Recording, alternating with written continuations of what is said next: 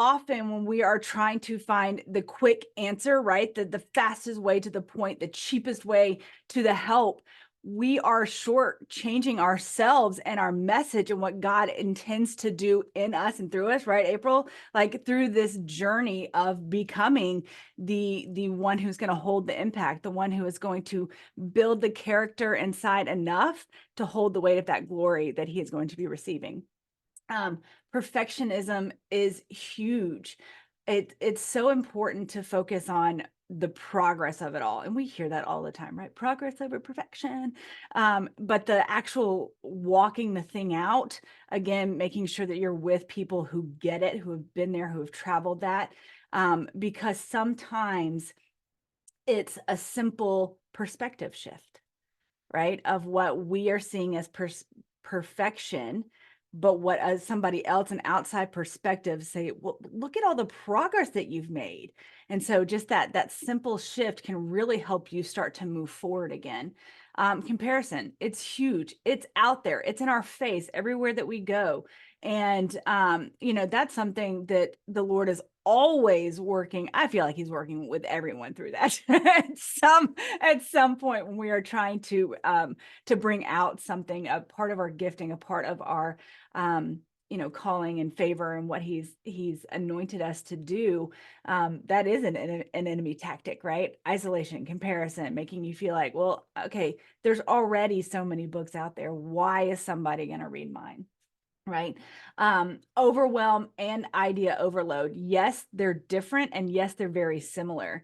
Okay. Sometimes we're overwhelmed in the actual process of everything. We can get overwhelmed in, okay, I do have to meet this deadline. Okay. I need, 30 pages by tomorrow. Okay. I need to have my outline done. There can be that kind of systematic overwhelm.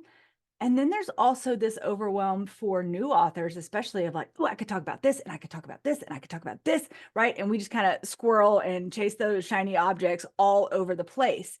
And so having somebody come along with you and be like, all right, this is all amazing. This can be book 2, right? But for this book, let's really bring it in and allow you to see.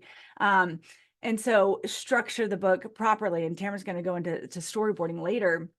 But all of these, again, stumbling blocks that can come up, we have solutions for. Fear of failure. April, you talked about fear of success. Those do go hand in hand. Lack of motivation, that can be in all aspects of life when we're trying to do something new, when we're trying to birth something big. Talking about the whole pregnancy analogy, right? There's sometimes we just want to lay down and put our feet up. But there's discipline involved, and being able to know what you have to do and see it through a lens of, I get to do it. I was called to do this. I answered yes to this. God's name is on the line. One of the books that I'm going to be working on and have been working on that will be coming out in probably 2026 is kind of in the lens of, Simon Sinek has his book. It starts with why, right? And he like blew up with that. And everybody talks about their why. You got to know your why. And you do, but it really starts with who we are called to serve. And when we take on that mentality of, okay, yes, I have all this stuff to do. I don't feel motivated to do it. Who am I doing it for? Right. And it just, again, it's that perspective shift that we need to kind of like get our gears back in motion.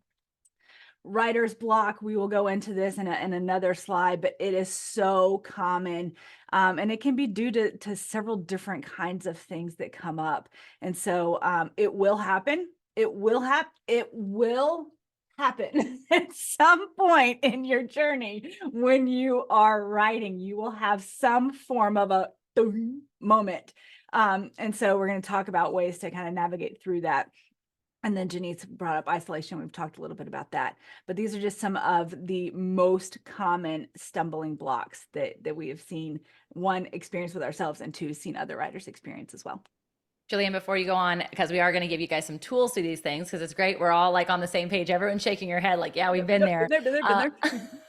We all get it. Two of the things that you mentioned that I wanted to say before we jump into the next slides is for the comparison. One of the things that we literally ask you to do when you come to the table and bring your book synopsis, and I was asked this when I first did it too, is what are the comps in the industry? So a part of that is knowing the competition, knowing the comparables. It's two things, right? So what does your book compare to is actually a really big benefit. We are about to launch another book, and it's a women's devotional. It's our first women's devotional, in fact, and it's called More Than Enough. And there is a book that just came out by Jamie Lee Kerma all about, it's called Worthy. And all the marketing, all these things that everybody's saying about it. I'm like, this is why we did our book. Like, and I felt during her book launch, I had two opportunities to look at through a lens. I could look at God's lens, or I could look at the enemy's tactical lens of keeping me in this place of comparison, rather than saying, wow, she actually paved the way for this devotional to be successful. And so I'm cheering her on. The more her message hits, the more people that land with that, I then get to piggyback that, because I don't have the size audience she does, to say, hey, this is that and some more Jesus, right? Because there's some elements of that where I was like, man, she's a Christian. I love that so much. And I know that there's going to be some great introductions in that, but comps are critical, and they don't always have to be creating a division, but instead an invitation into your book also being successful. So it's okay to know who should you be looking at and comparing and saying, she did one very similar, but that's a great thing, right? Because God's trying to get his message out, and he can't get his message to everyone through everyone, which is why your story matters.